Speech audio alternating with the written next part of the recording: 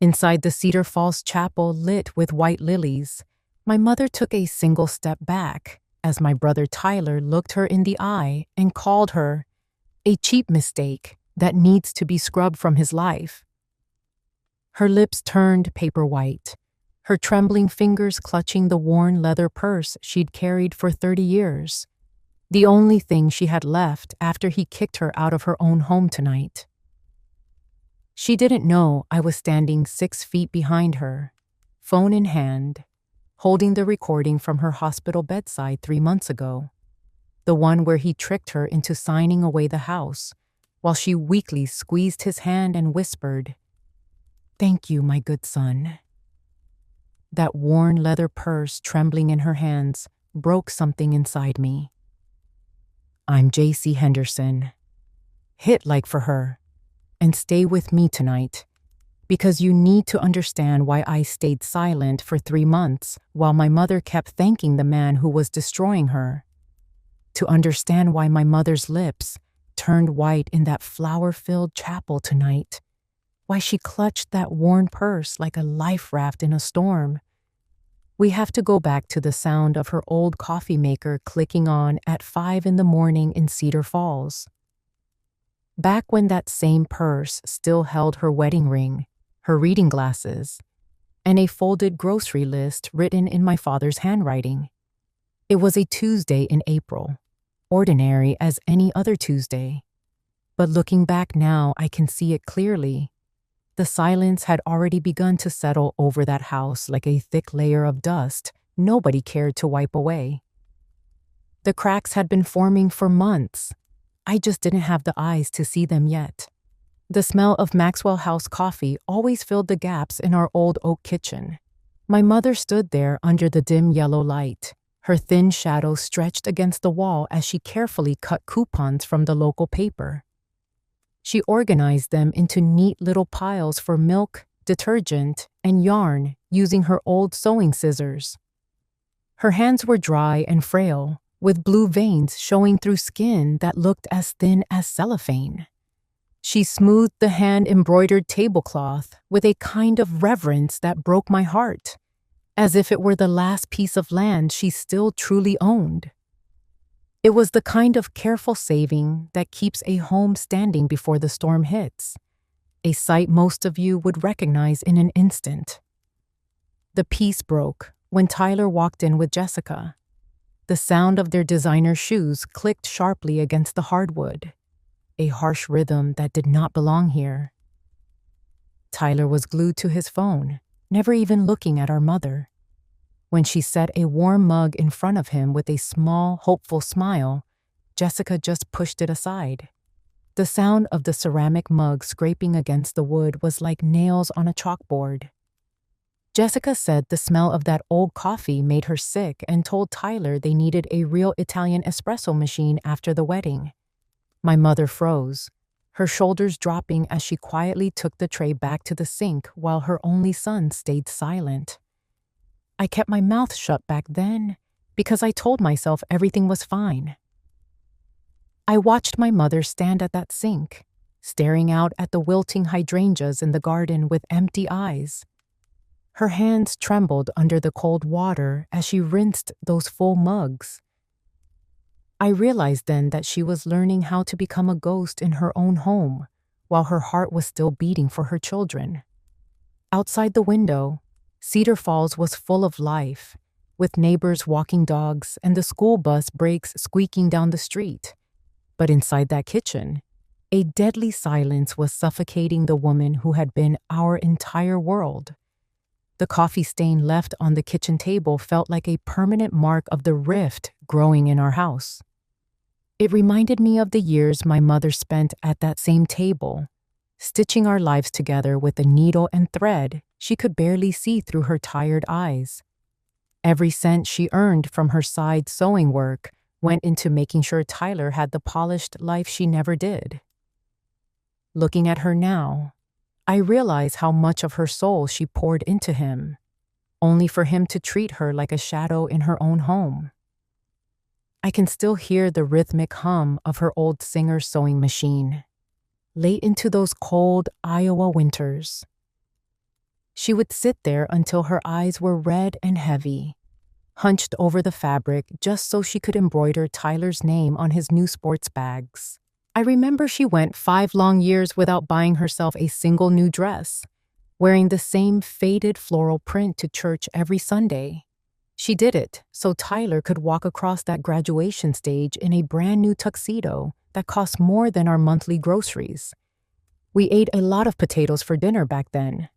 Simple meals that cost pennies. All so he could afford to go to summer camp with the kids from the wealthier side of town.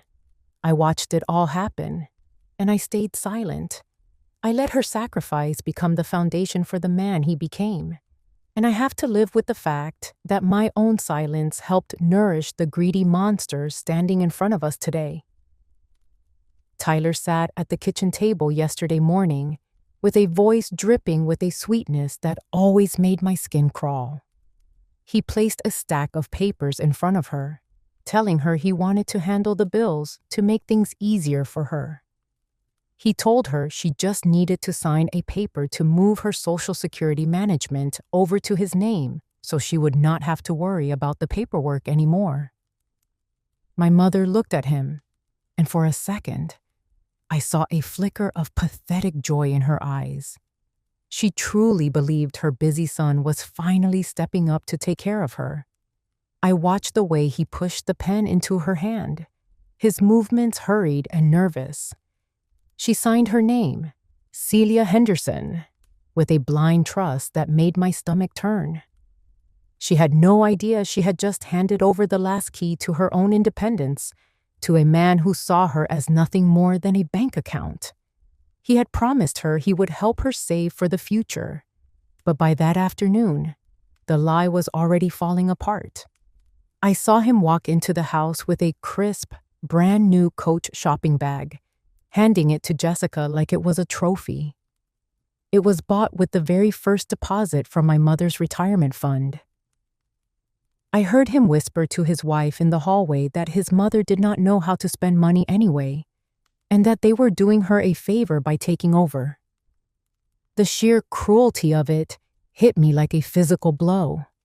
A healthy young man was picking the pockets of his own mother just to buy expensive leather for a woman who looked down on us.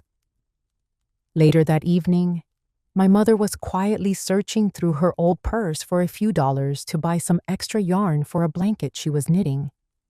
Tyler did not even look up from his phone when he told her she was being wasteful and spending too much lately.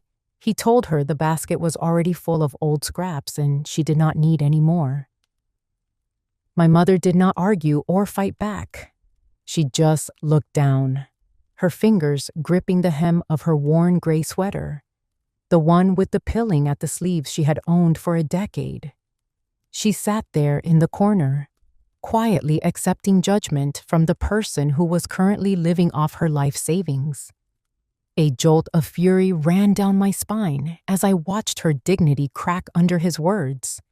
The woman who had once managed an entire household on a shoestring budget was now being forced to ask for permission to buy a ball of yarn. The silence at the kitchen table was no longer just about enduring a bad mood. It had turned into a quiet invasion, a systematic attempt to erase every breath my mother had ever taken in this house. Tyler and Jessica wanted to bleach the walls to remove her scent, turning the home she built into a hollow shell that better suited their expensive new lives. I watched Jessica go through the kitchen cabinets with an aggressive energy that felt like a storm. She pulled out my grandmother's old ceramic bowls and tossed them into a black trash bag without a second thought. Then she reached for the oak recipe box. That box was the map of my mother's life, holding yellowed cards that smelled like cinnamon and apple pie. Those recipes kept our history alive, carrying the ink of people long gone since the Great Depression. It was the only heritage my mother had left, the very heartbeat of her Cedar Falls kitchen and the secret to every casserole that had ever brought us together. Jessica looked at the box with a sneer, saying it was greasy and ruined the modern aesthetic they wanted for the kitchen. Before I could find my voice, She marched out the back door and threw the entire box into the trash bin sitting in the cold Iowa drizzle. Tyler didn't even look up from his espresso. I saw my mother come in from the yard, her eyes falling on her life's work lying among greasy fast food wrappers. She didn't scream or make a scene. She just stood there, her thin shoulders slumping until I thought she might break right in front of me. She walked out into the rain, kneeling on the wet grass to pick up those stained, muddy papers with trembling hands. She was trying to gather the fragments of her soul while her own son watched with nothing but disgust. Later that night, I watched her through the cracked bedroom door. She was sitting in the dark, gently kissing the fading handwriting of her own mother on a card for peach cobbler. She whispered that she would probably be treated like trash, just like those papers soon. It broke something inside of me. My mother wasn't afraid of losing her things. She was terrified that she had become a discarded burden in the only place she ever belonged. I stood in the hallway, my fingernails digging into my palms until it hurt. I realized that my silence was a betrayal of everything she had done for us. Enough was finally enough. In the living room, Tyler and Jessica were laughing about the new furniture they planned to buy. But in the kitchen, my mother sat alone in the shadows, using old tape to mend her torn memories, while the rain tapped against the glass like a long, low sob. I know many of you listening right now have things in your kitchen that the younger generation calls old junk, but to you, they are a lifetime of breath and the smell of home. If you have ever had someone look down on the memories you hold sacred, please tell me your story in the comments. I want to know you are there and how it felt when they tried to throw your life away. Please hit the like button to help me find the strength to keep going, so I know I am not alone on this journey to get justice for my mother. Once those recipe cards were taped back together, the house in Cedar Falls was officially split in two. On one side stood my mother with her yellowed memories, and on the other was the cold, expensive luxury trying to push her into the dark. The living room was no longer the place where I had learned to walk. Jessica had transformed it into a showroom for the Walsh family ego. The heavy oak frames that used to hold our family reunions and my father's fishing photos had been stripped away, replaced by large, abstract paintings that felt hollow and soulless. The air was thick with the scent of expensive Earl Grey tea, a sharp and perfumed smell that tried to drown out the lingering aroma of the casseroles my mother had cooked for 40 years. Jessica was busy hosting a tea party for the Walsh women, and the house felt like it belonged to strangers. I watched from the hallway as Tyler took my mother aside, his voice a sharp whisper that cut deeper than any shout. He told her that since Jessica's friends were coming over, she should probably go for a long walk in the park or just stay upstairs in her room. He told her they would feel uncomfortable if they saw her wearing that old cotton floral dress. He said it was just easier this way. My mother didn't argue. She just looked down at her hands, which she had folded tightly behind her back, and nodded once. I watched her lonesome figure climb the stairs, her shadow disappearing into the upstairs hallway while the fake laughter of the party started to ring out below. I stood in the shadows of the staircase for a long time, watching the way Jessica moved through the room like she owned every inch of the floorboards my father had polished by hand. I felt a deep, biting shame for my own cowardice, for all the times I had seen her retreat and said nothing. Tyler wasn't just hiding her from the guests. He was trying to evict her from the very heart of the home she had built. I remembered my father used to say that the living room was meant for my mother to shine, that she was the light that made the house feel warm. Seeing her sitting up there in the dark while a group of strangers drank tea in her parlor made me realize that I couldn't be a spectator anymore.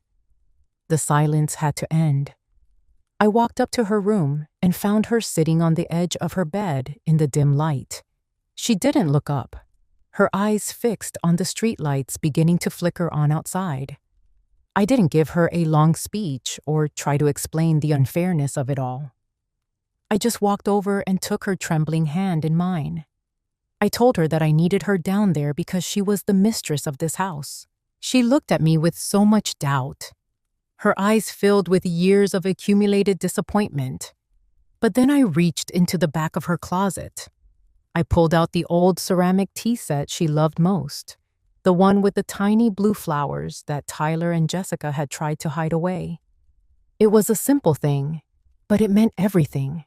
I helped her stand up and carefully tucked her grandmother's old heirloom hairpin back into place, pinning her hair up with a steady hand. We walked down those stairs together, and I could feel the weight of her hand on my arm. When we entered the living room, the chatter died down instantly. It was like a cold splash of water hitting the fake warmth of Jessica's party. I walked straight to the center of the room and placed that old ceramic tea set right in the middle of the fancy Walsh crystal and silver trays. I looked directly at Tyler, my voice loud and clear so that everyone could hear. I told them that my mother had rested enough, and that today she would be the one pouring the tea in her own home. The silence that followed was heavy and awkward, but I didn't care. For the first time, I saw Tyler look genuinely small, his face turning a blotchy red as he realized he couldn't stop us without making a scene in front of his new family. My mother sat down and began to pour. Her hands were still shaking a little at first, but as the warm tea filled the cups, I saw a tiny spark of light return to her eyes. It was a small victory, but it felt like the first time she had been seen in years. The Walsh women didn't know what to do, so they just sat there, forced to acknowledge the woman they had tried to pretend wasn't there. Tyler gripped his cup so hard his knuckles turned white, his eyes burning with a silent, helpless rage. But he couldn't do a thing. I felt a new kind of strength growing inside me. By simply honoring her presence, we had pushed back the shadows that had been suffocating this kitchen. It was a quiet rebellion, but it was the first time the air in that house felt like it belonged to us again. The party ended much earlier than Jessica had planned. The guests left with forced smiles and polite excuses, clearly uncomfortable with the sudden shift in the room's energy. But as the door closed behind the last of them, the image that remained wasn't of the Walsh's expensive tea or Jessica's modern art. It was my mother sitting in her rightful place on the sofa, her hands resting peacefully on the armrests as she watched the afternoon Iowa sun spill across the floor. Tyler and Jessica started huffing around, picking up the mess with angry, jerky movements, but my mother and I just sat there together. For the first time in a long time, the silence wasn't a burden. It was a bridge. I knew this was just the beginning of a much harder path, but as the light faded, I knew the boundary of her invisibility had finally been broken for good.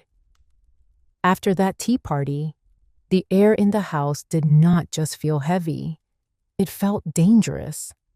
Tyler had stopped the shouting and the sharp looks that had defined the last few weeks. Instead, he started wearing the mask of the devoted son, the kind of calculated, caring act that made my stomach churn because I knew it was built on a foundation of sand. It was a cold Tuesday night when he finally moved his pieces into place, choosing the quiet intimacy of the kitchen to deliver his most devastating blow to our mother's autonomy. The yellow light of the kitchen ceiling fan cast long, wavering shadows across the oak table where my mother was finishing a small bowl of soup. Tyler sat down beside her, his voice dripping with a calculated sweetness that he knew she could not resist. He placed a thick stack of documents in front of her, the paper looking stark and clinical against the worn wood of the table. He told her that Medicare was getting complicated again, that the new regulations were a mess of red tape, and he had spent his entire afternoon sorting it out so she would not have to worry about her health care. He said he just needed her signature on a few forms so he could handle the medical bureaucracy for her, claiming it was only for her own comfort. I watched her from the shadows of the hallway as she squinted through her reading glasses, her frail fingers trembling as she tried to make sense of the dense legal jargon that was designed to be unreadable to someone of her generation. Tyler pointed to the empty lines, rushing her through the pages, telling her she did not need to read every word because his lawyers had already cleared everything. He looked her right in the eyes and asked if she trusted him, knowing full well that she had never known how to do anything else. My heart hammered against my ribs as I watched her hand hovering over the paper. She signed her name, Celia Henderson, with a blind and heartbreaking trust that felt like a physical weight on my chest. As soon as the ink was dry, Tyler did not just take the papers, he snatched them. A triumphant, ugly little smile flashed across his face for a split second, and it made my blood run cold. In that moment, I realized my mother had not just signed some insurance forms. She had unknowingly signed away the keys to her life, granting him the power to decide her finances, her care, and the very roof over her head. He was treating her like a problem to be liquidated rather than a person to be protected. Late that night, after the house had gone silent, I crept into Tyler's study. My hands shook as I found the copies in his briefcase. It was not Medicare. It was a full, durable power of attorney. Tyler now had the legal right to sell our childhood home and drain every retirement account she owned. I looked at her delicate, flowing script on that document and felt a wave of nausea. He was exploiting her confusion to strip her of her humanity. The next morning, I watched her sitting by the window, smiling at Tyler when he left for work. She had no idea her own son had exploited her love. I gripped my phone tightly, secretly sending images of the documents to my father's old attorney in Cedar Falls. Every step I took on those floors was now a silent preparation. They wanted to use the law to cage her, so I would use the truth to set her free, even if it meant watching our family fall apart under the weight of his lies. Inside the legal traps that were closing in on us, the small garden in Cedar Falls was the only place my mother could still find a moment of peace. It was a place where the roses did not know anything about betrayal or the cold language of legal documents. I found her there on a golden Iowa afternoon, the kind where the sun hangs low and orange over the horizon, casting long and soft shadows across the yard. She was sitting on her old wooden bench with her hands tucked inside those familiar stained cloth gloves. She was carefully pruning the dead rose heads, her movements steady and sure. I stood on the porch, listening to the rhythmic snip-snip of her garden shears and the light wind whistling through the lilac bushes. Those were the same trees my father had planted the very summer Tyler was born. A living memory of a time when we were still a family. In that moment, she looked so peaceful and regal, like a queen presiding over the small kingdom of life she had built over 4 decades. She looked up at me and smiled, her eyes sparkling as she talked about planting more hydrangeas next spring. She was planning for a future she still believed belonged to her, her rough hands gently stroking a new bud as it drank in the last of the sunlight. Watching her then made my chest feel tight. Who could have guessed that her freedom was being counted down in hours right inside the house that still carried my father's warmth? I remembered the summer nights when he was still alive. The whole family gathered around the grill in this garden while Tyler's laughter rang out, clear and honest. The contrast between those memories and the cold reality of today made it hard for me to breathe. My mother still believed this house was her fortress, the final legacy she would leave for us. But she had no idea the person she loved most was dismantling that fortress one brick at a time. Tyler had become the invader, hiding behind a smile while he destroyed the very walls that sheltered him. The peace of the afternoon vanished when I went to check the mail. I found a heavy white envelope in my personal box that the local bank had clearly sent to me by mistake. It was a formal notice, written in that cold and final language banks use, regarding a $300,000 mortgage loan. It used the Cedar Falls house as collateral. When I saw Tyler Henderson's name as the guarantor, signed through the power of attorney he had tricked her into, I felt the blood in my veins turn to ice. My brother hadn't just been taking her Social Security checks. He had sold the ground she stood on. He had turned her sanctuary into a sacrifice for his own ego, trading the land my father had worked for a fake seat at Gordon Walsh's table. My mother walked over then and handed me a rose she had just cut, its petals a deep and velvet red. She was still smiling, completely unaware that the dirt beneath her feet was no longer her own. I took the flower and felt the sharp sting of a thorn digging into my palm. But that pain was nothing compared to the weight of the document in my pocket. This garden and this old oak house were now just a debt on a piece of paper. Tyler had used her trust to pay off his father-in-law's gambling debts, treating our family history like a currency he could spend on a lifestyle he hadn't earned. It was a terrible thing to realize that the person providing the shelter was being robbed by the one they were protecting. I squeezed that rose until the thorns drew blood, and I made a silent promise that I would not let him get away with this. My heart broke thinking about the day she would find out she was almost homeless. Can you imagine the fury of seeing a mother's entire life of work turned into a tool for her son's greed? Tyler hadn't just sold a house. He had sold my father's legacy and my mother's safety. I realized then that I couldn't just stay in the shadows anymore. Every flower she planted today might be the last one she ever cared for under this roof if I didn't act. I had to stop being the witness and start being the one who stood between her and the son who was willing to let her fall. I spent the whole night in the basement, digging through the old metal filing cabinet my father used to keep. The air down there was cold and smelled like damp concrete and old laundry detergent. I pulled out the heavy drawers, the metal rollers screeching in the quiet house as I searched for the truth. I needed the original deeds and the old property papers Tyler might have missed.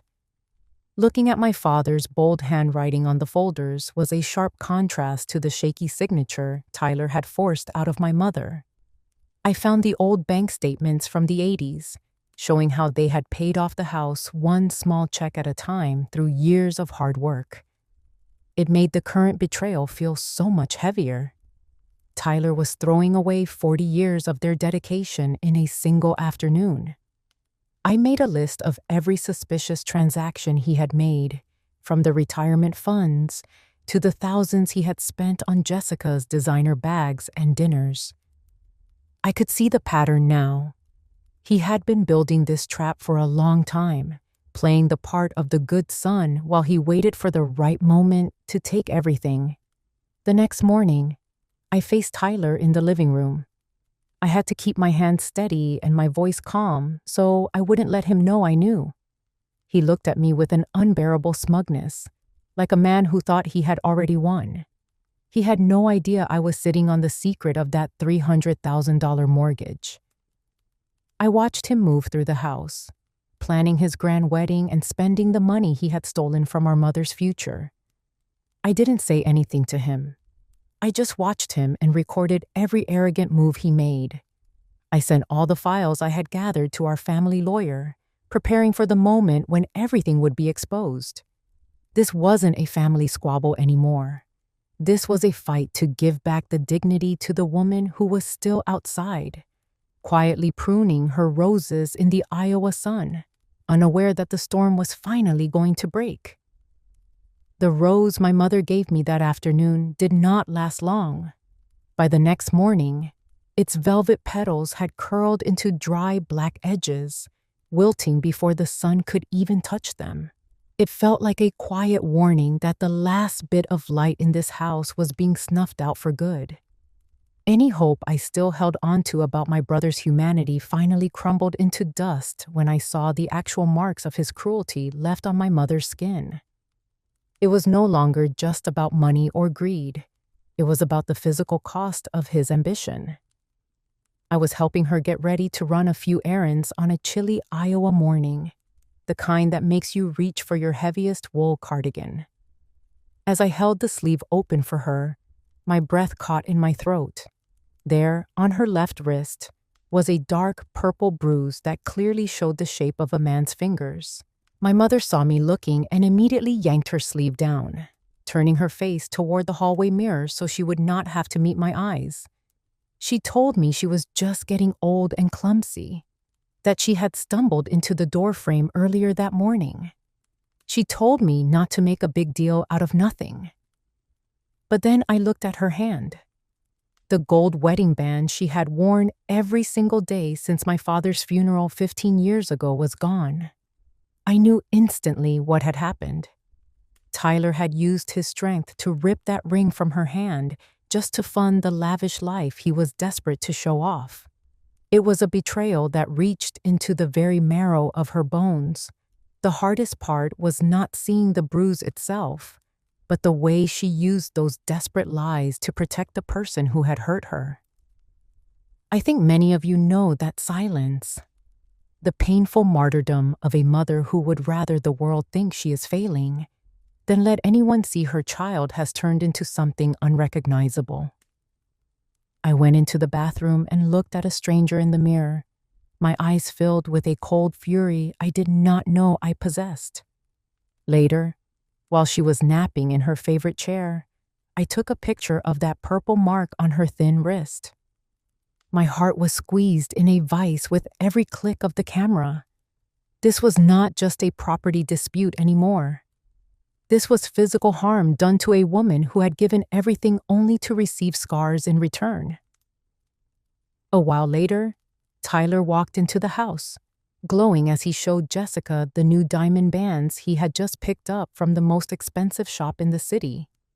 He walked right past our mother as if she were a piece of old furniture, not even bothering to check if she was okay after what he had done. He did not have a shred of guilt for the wound he left on the hands that used to rock him to sleep. My mother just sat there, quietly eating lukewarm soup, trying her best not to look at the sparkling stones on her son's hand. She was hiding from the truth that she had been robbed by her own blood. I sat there with my knuckles white under the table and sent that photo to the lawyer. I told him we could not wait until after the wedding. I told him my mother could not survive another minute under this roof. I realized then that Tyler saw her pain as just a necessary cost for his social climb. He acted embarrassed by her cotton floral dresses, yet he had no problem using violence to steal her most sacred memory. It is a terrible thing when a man wears a fortune bought with his mother's blood. I could not be the silent daughter anymore. Her quiet suffering was a tragic hymn of betrayed motherhood, and I knew I had to be the one to write the final chapter. Tyler was treating her like an obstacle to be cleared, but he forgot that the woman he was trampling was the very reason he had a home to stand in. I spent the afternoon at a local pawn shop on the edge of town. The owner confirmed exactly what I feared. Tyler had walked in the very day that bruise appeared, desperate for quick cash. I left with a copy of the receipt and a recording of the owner describing how my brother had haggled over the price of my father's wedding ring. Every piece of evidence I gathered was another thread in the net I was weaving. Tyler was so busy with his wealthy guest list that he did not even notice the storm I was building. He thought he was untouchable because he was marrying into a family with a name, but he did not realize that the truth always finds its way home. My mind was made up. I looked at my mother sitting in the corner, her hands now bare and empty, clutched in her lap. A sharp, cold resolve took over my mind. I was not just going to get the money back. I was going to demand the truth. Tyler had not just stepped over the line. He had destroyed it with his expensive shoes. Tonight, I started working on the final plan for the rehearsal dinner. It was time for the masks to come off and for the bitter truth to be seen in the light. There are some wounds that do not show on the outside. The bruises we hide because we are trying to protect the people who hurt us. I know some of you have stayed silent to keep the peace, carrying the weight of a family betrayal all by yourself. If you have ever felt that sharp pain of realizing your kindness was used against you by someone you loved, please share your thoughts with me. I want to listen, so you know you are not alone in that darkness. Please hit the like button to give me the strength to keep fighting for my mother. We must make sure the truth is not buried in the shadows for another day. The bruise on my mother's arm could be hidden under the heavy sleeves of a thick wool cardigan, but the humiliation Tyler and Jessica served her at the rehearsal dinner was something no layer of clothing could ever cover. It was a cold, sharp kind of cruelty that didn't leave a mark on the skin, but seemed to tear at the very fabric of who she was. We were at the most expensive restaurant in Cedar Falls, a place of polished mahogany and crystal chandeliers that reflected the deep red of expensive wine in every glass. The sound of smooth, live jazz drifted through the air, creating a sophisticated hum that Tyler seemed to soak in like a sponge. He stood there in his sharp black tuxedo, looking like he had been born into this world of high society, laughing and clinking glasses with people who didn't even know his middle name. He looked perfectly at home, a man who had successfully traded his roots for a temporary seat at a table that wasn't his. When my mother walked into that gilded room, wearing the simplest navy blue cotton dress she owned, the air seemed to shift. She looked small, her hands clutching her old purse, her eyes wide with the kind of overwhelm that comes from being out of place in your own life. Jessica didn't even offer a polite smile. Instead, she just pointed a manicured finger toward a small, cramped table tucked away in a dark corner near the swinging kitchen doors. It was the kids' table, a place of spilled juice, sticky fingers, and constant noise. Jessica leaned in and told my mother that she should sit there to be comfortable, claiming it would be easier for her to keep an eye on the younger kids from the Walsh family. She said the main table was for business conversations and family legacies that my mother wouldn't find interesting. My mother froze in the middle of the lobby, her face going pale under the bright lights as she looked around at the wealthy faces watching her with a mix of pity and indifference. Without saying a word, she quietly bowed her head and walked toward that dark corner, a queen being exiled to the servants' quarters in the middle of her son's celebration. I watched her sit there, a solitary figure of quiet dignity surrounded by the chaos of children who didn't understand the gravity of the moment. She sat with her back straight, longingly looking at the center of the room where her only son was standing. She was eating a bowl of lukewarm soup that a busy waiter had practically dropped in front of her, while Tyler stood at the head of the main table, raising a crystal flute to toast to family values and the importance of heritage. He spoke about the Walsh family and the bright future they were building, but he never once looked toward the corner where the woman who had birthed him sat in the shadows. He didn't bring her a glass of water. He didn't ask if the noise was too much for her. He looked at her with a fleeting expression of disgust, as if her presence was a glaring spelling error in the perfect resume of the life he was trying to fabricate. He was enjoying a lifestyle paid for by the very house he had stolen from her, and yet he couldn't even grant her the basic respect of a seat at his side. I felt a heat rising in my chest that I couldn't contain anymore. I was sitting at the main table, placed there like a polished accessory by Jessica to prove that Tyler had family who approved of this union. Every word Tyler spoke felt like a physical blow to my mother's soul. Everyone. Can you imagine the weight of that silence? Seeing the person who gave you everything being treated like an unwanted guest in her own story. Tyler wasn't just ignoring her. He was actively trying to kill the spirit of the woman who had sacrificed every luxury so he could wear that tuxedo. His arrogance was a poison, and the way he looked over her head to smile at Gordon Walsh made me feel like I was watching a stranger. My mother's grace, her willingness to sit there and endure it just to avoid making a scene, was a knife in my heart. Her patience wasn't a sign of weakness. It was a testament to a love that Tyler didn't deserve. I couldn't take it for another second. The jazz music, the smell of steak, and the fake laughter all became unbearable. I pushed my chair back, the sound of the wood scraping against the floor cutting through Tyler's speech like a gunshot. I stood up and walked away from the main table, away from the Walsh family and the lies they were celebrating. I walked straight to the dark corner by the kitchen and pulled out a chair next to my mother. I took her hand, the one without her wedding ring, the one with the hidden bruise, and I held it tightly. I looked up at the main table and spoke loud enough that the music couldn't drown me out. I told them that this table was actually the only place in the room with any real honor, because at least here, we weren't choking on the scent of ingratitude and lies.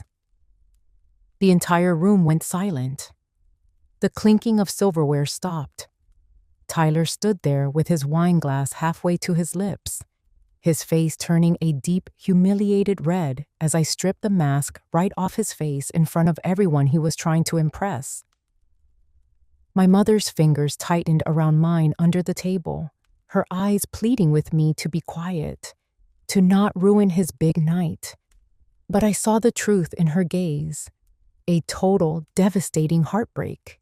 She finally saw that the son she had protected for 30 years viewed her as nothing more than a stain on his new carpet. I didn't back down. For the first time, I looked Tyler in the eye and didn't see my brother. I saw the coward he had become. I felt a strange sense of liberation as I realized that his approval didn't matter anymore. I wasn't the silent daughter waiting for him to do the right thing. I was the wall between my mother and his cruelty.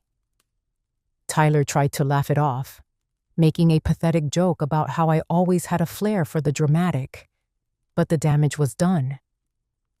Gordon Walsh was narrowing his eyes, the first seeds of doubt finally planted in the mind of the man Tyler was so desperate to please. The rest of the dinner was a blur of forced politeness and heavy, suffocating silence. I stayed in that corner with my mother, ignoring the main table entirely. I took out my phone and openly recorded the scene. The empty soup bowl, the noisy kitchen door, and my mother sitting there while her son celebrated a few yards away. I wanted it for the record. I wanted Tyler to know that this moment was captured, that his betrayal wouldn't stay in the dark. Tyler eventually looked away, unable to meet my gaze or the camera lens, and he spent the rest of the night huddled with Jessica, whispering urgently. They knew the boundaries had shifted. They knew the silence they relied on had been broken for good. As the night finally ended, I led my mother out of that restaurant and into the cool air of Cedar Falls. Our shadows stretched long under the streetlights as we walked to the car. She didn't say anything, but I could feel her shoulders shaking, not with tears, but with a bone-deep exhaustion that only comes from realizing a part of your life is over. I looked at Tyler in the distance. seeing him desperately trying to explain things to Jessica as they got into their car. And I knew I had delivered a fatal blow to his pride. He thought he could bury her in the shadows. But tomorrow, at the chapel, the light was going to find him. I felt a cold, hard determination taking over. Tomorrow wasn't just a wedding. It was a day of reckoning. Tomorrow, the truth would have its say. After that public humiliation at the restaurant, we drove back to the house in Cedar Falls in total silence. The only sound was the wind whistling through the old window frames, sounding like the house itself was sighing, trying its best to shelter us one last time before the real storm arrived. I walked into my mother's room and found her sitting quietly at her oak vanity, where the years had worn the polish down to a soft, dull glow. On the surface lay my father's gold pocket watch, a piece she had kept like a sacred relic for 15 years since the day he passed. The faint, sweet scent of sandalwood drifted from her old jewelry box, bringing back the ghost of a time when this house was filled with the sound of my father's deep laughter. She slowly clicked open the watch, staring at the small, faded photo inside with a reverence that made the air in the room feel completely still. It was a holy moment, one where time seemed to stop, and the invisible thread between the living and the dead gave her thin shoulders a strength I had not seen in a long time. She gently traced the words my father had engraved on the back of the case, a phrase he used to tell us whenever we faced a hard choice, saying that only the truth can keep us free.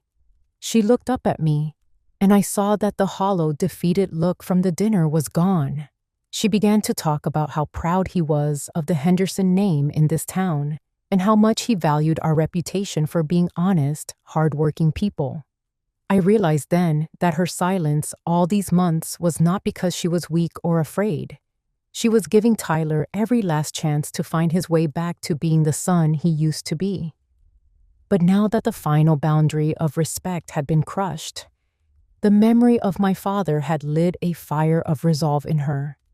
We were no longer the ones being pushed into the corners. We were the guardians of a legacy, ready to face the lies with everything we had left. I walked out of her room and accidentally overheard Tyler in the study, talking to Jessica about a cheap care facility in another state.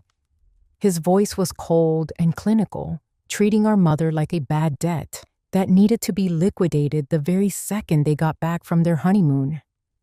I held my father's picture tightly in my hand and thought about what Maya Angelou once said, that people will forget what you said and what you did, but they will never forget how you made them feel. Tyler had made her feel like a mistake that needed to be scrubbed away, and that was a sin I knew I could never forgive. I quietly pulled out my small recorder and caught his final cruel words through the door. This was no longer just a family disagreement. It was time for the truth to liberate her from the prison of her own blind love and the abuse she had endured. My mother pulled a thick file from a hidden compartment at the bottom of her wardrobe, a $1 million estate my father had carefully built that Tyler knew absolutely nothing about. She looked at me with a soft smile that held an incredible quiet power. She told me in a voice as calm as a lake after a storm that tomorrow everything would have to end. It was amazing to watch her change from a martyr into a woman determined to protect her own justice. We spent the rest of the night at the kitchen table, organizing those taped-up recipe cards, the fragments of our heritage that the people in the other room called trash, but were now the most important evidence we possessed. The strength from the ashes of our past had finally risen, and tomorrow, the chapel in Cedar Falls would see a judgment that Tyler was not prepared for. The morning of the wedding in Cedar Falls arrived with a brilliant golden sun that felt almost insulting given the darkness I knew was hiding behind the altar. The chapel was overflowing with white lilies and expensive silk ribbons. a grand stage set for a play that was finally about to end. My mother walked in wearing that navy blue JCPenney dress she had been saving for 6 months, her eyes hopeful despite everything she had endured.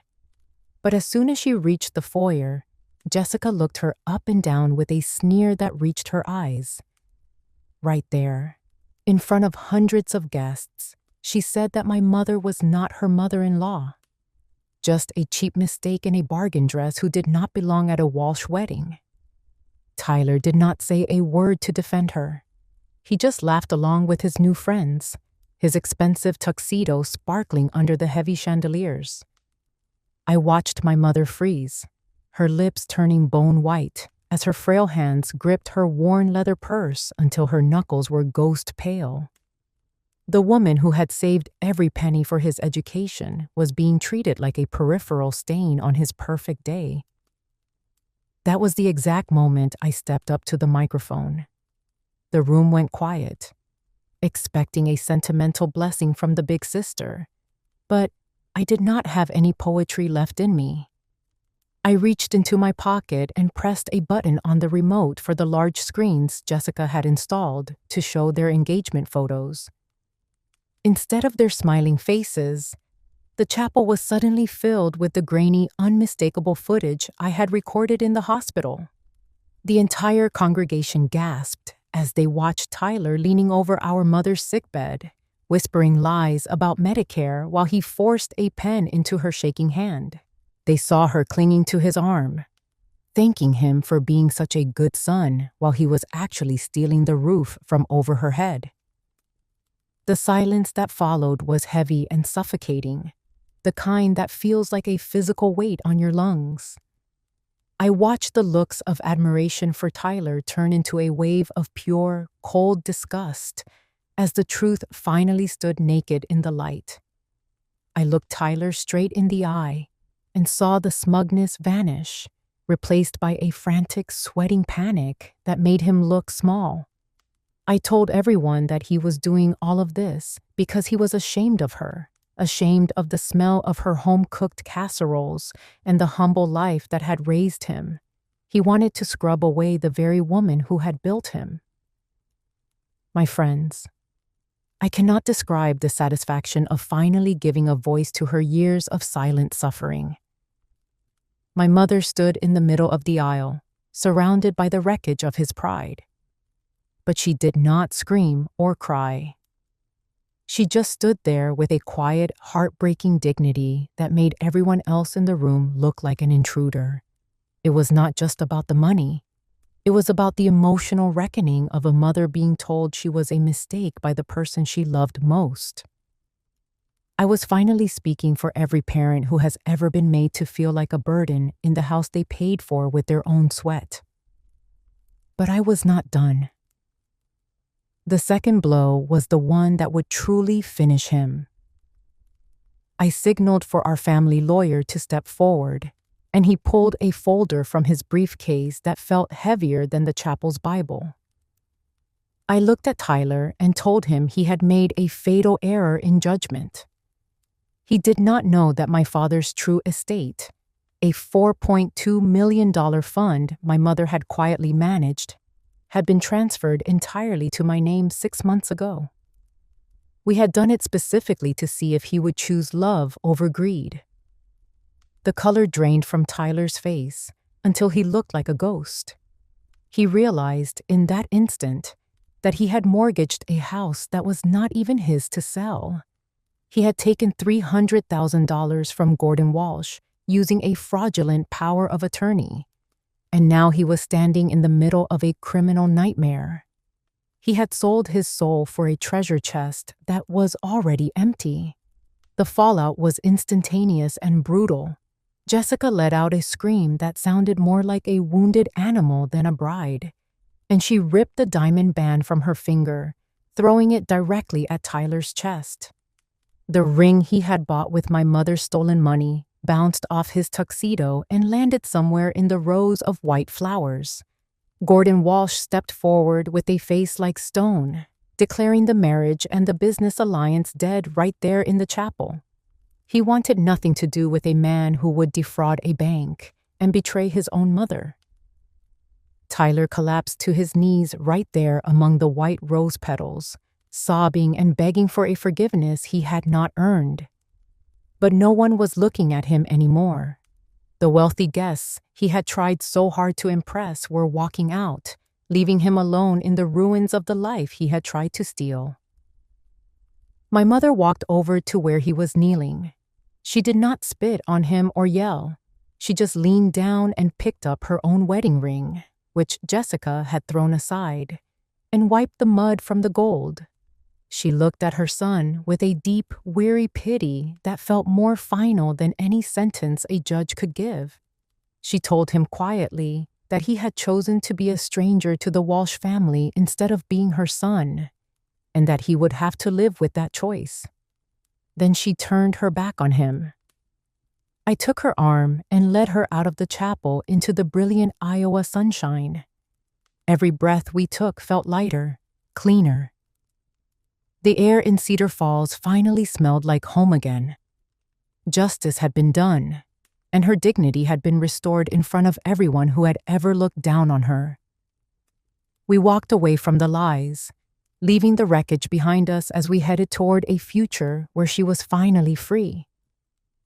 I know how hard it is to stand up to the people you love, especially when they are the ones breaking your heart. But sometimes the truth is the only way to get your life back. Have you ever had to stand up for your parents when they could not stand up for themselves? If you have ever had to break the silence to protect the people who raised you, please share your story with me in the comments. I want to hear your journey because I know how lonely that path can be. And please, hit the like button if you felt a bit of peace seeing justice done today. It helps me know you are still here with us, walking this road to reclaiming what was stolen. The ruins of the chapel, with its scattered lilies and the echoes of Tyler's broken promises, felt like the final curtain call for his grand upper-class dream. But for my mother, it was the start of something much more significant.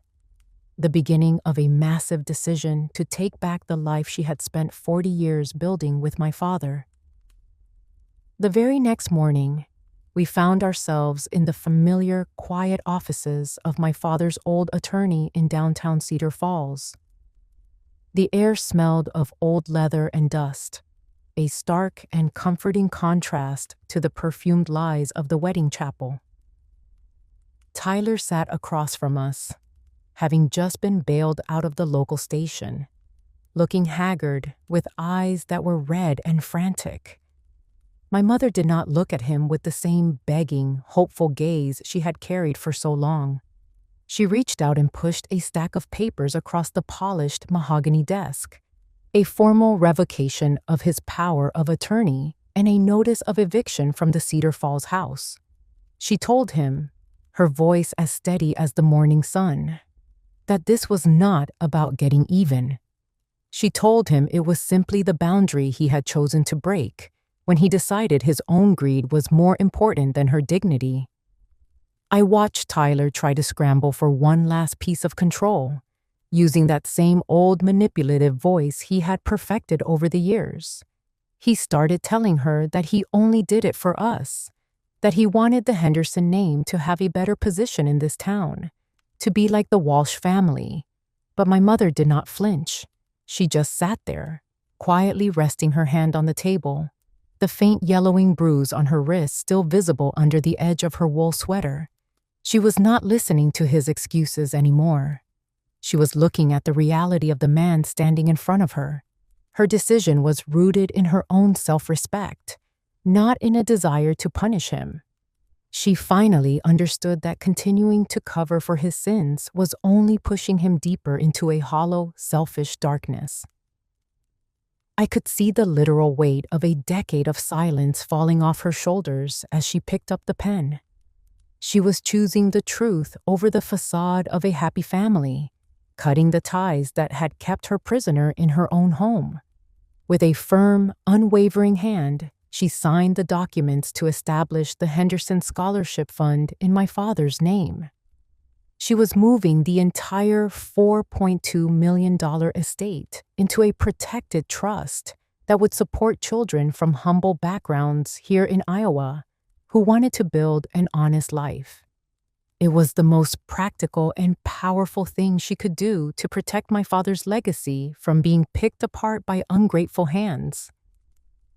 Tyler started to sob when he realized the gold mine he had been counting on was locked away from him forever. He pleaded with her, saying he could change.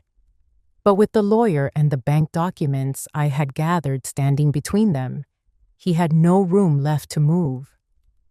My mother had reclaimed the wheel of her own life, both legally and spiritually.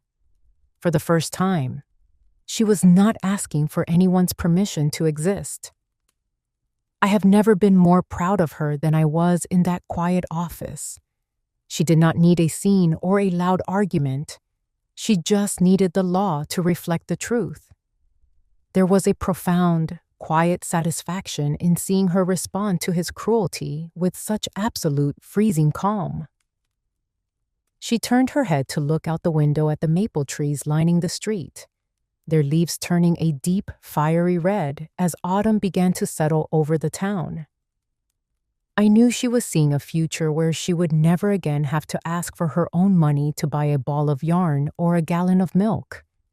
This was the moment of true independence, the final escape from the ghost of her own invisibility. She was finally sitting in her own strength, no longer a victim, but the master of her own house and her own destiny. Tyler tried one last desperate threat, his voice cracking as he told her she would never see him again, that he was cutting her out of his life forever. My mother did not even blink. She just looked at him with a weary kind of peace and told him he had already cut that tie himself the night he tricked her at the hospital. She stood up then, her back straighter than I had seen it in years, and walked toward the door without looking back. That decision was about more than just the money or the deed to the house. It was about redefining what family actually means and where loyalty truly belongs. I took her hand as we walked out onto the sidewalk, feeling the solid, steady grip of a woman who was no longer hiding. We were starting a new chapter where her dignity was the one thing that was never up for negotiation. We went back to the Cedar Falls house to begin the long process of clearing out the designer luggage and the hollow luxury Jessica had tried to force into our rooms. A sense of relief began to wash over the kitchen as the noise of their presence faded away. Every legal hurdle was being cleared by my mother's own steady hand. She stood in the center of the living room, looking at the familiar oak walls, and for the first time, she whispered that the house was finally ours again. She was in full control of her world, and the fear that had shadowed her for so long was finally gone. The truth from that chapel morning did not just stay within those white walls. It swept through Cedar Falls like a summer storm, clearing out the thick humidity of a long Iowa July. Everyone knew the story by nightfall. The gossip that Tyler had used to isolate my mother. The cruel lies about her fading mind and her inability to handle her own life, shattered instantly in the light of the video I had shared. The exposure happened naturally, starting with a few cars pulling into our gravel driveway. Neighbors we had not spoken to in months. People who had been told to stay away by Tyler because our mother was allegedly too fragile for visitors began showing up on the porch. They did not come with questions. They came with deep, heavy apologies. They brought glass dishes of hot casseroles, the warm scent of baked cheese and chicken filling the kitchen once again, and bouquets of fresh flowers from their own gardens. They stood in a quiet line just to tell my mother they were sorry for ever believing the whispers. While my mother's world was opening back up, Tyler's world was collapsing in on itself. Gordon Walsh had not just canceled the wedding.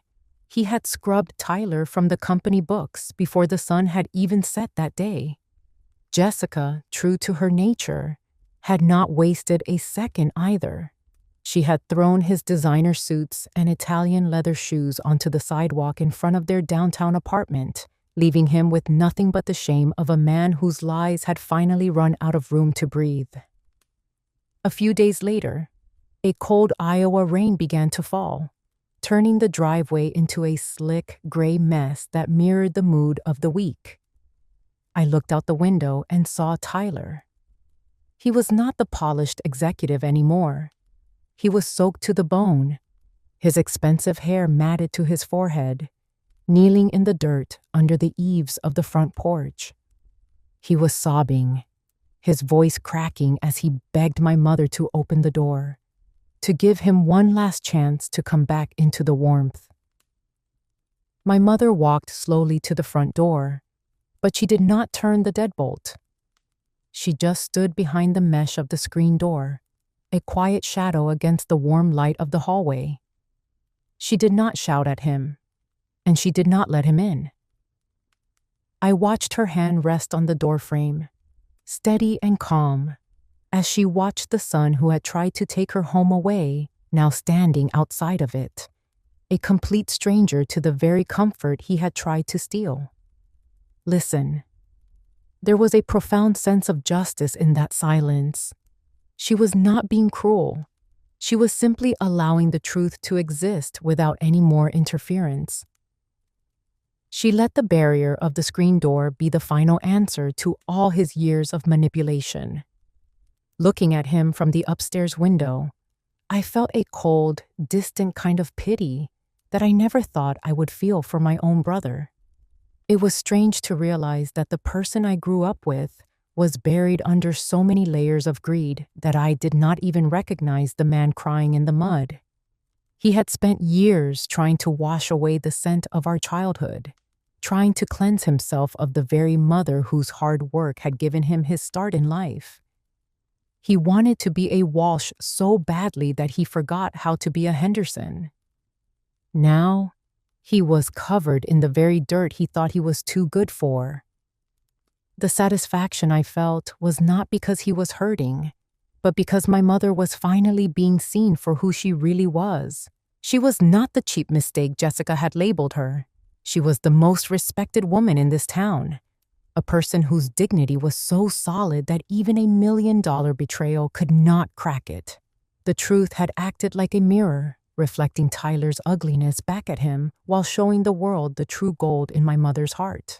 By the weekend, the restoration of her name in Cedar Falls was complete. Her friends from the embroidery circle and the ladies from the church did not just bring food. They went to the town council and the local paper. They made sure everyone knew that the rumors of her being unfit were a calculated lie. When we went to the market on Saturday morning, it was like a parade of kindness. People who had looked away in previous weeks now stepped forward to offer a hug or a firm handshake.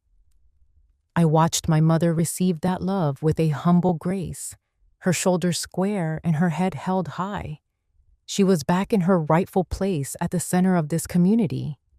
Tyler was watching from his car across the street, a ghost in his own town, seeing her surrounded by the kind of genuine loyalty that money could never buy. He had traded his soul for a seat at a table that threw him away the moment the check bounced, while my mother sat at the head of a table built on 40 years of quiet kindness. The legal system moved with a slow, grinding finality that was far more devastating than any argument we could have had. Because the mortgage Tyler had taken out was based on a fraudulent power of attorney, the bank moved quickly to seize his personal assets to cover the losses. Every single thing he had bought to prove he was better than us was taken away. The high-end car, the custom furniture, even the expensive watches were seized by the sheriff's deputies. He was being stripped bare, left with exactly the kind of nothingness he had tried to force onto our mother. I felt a quiet, deep sense of relief watching the tow truck pull his car out of the lot.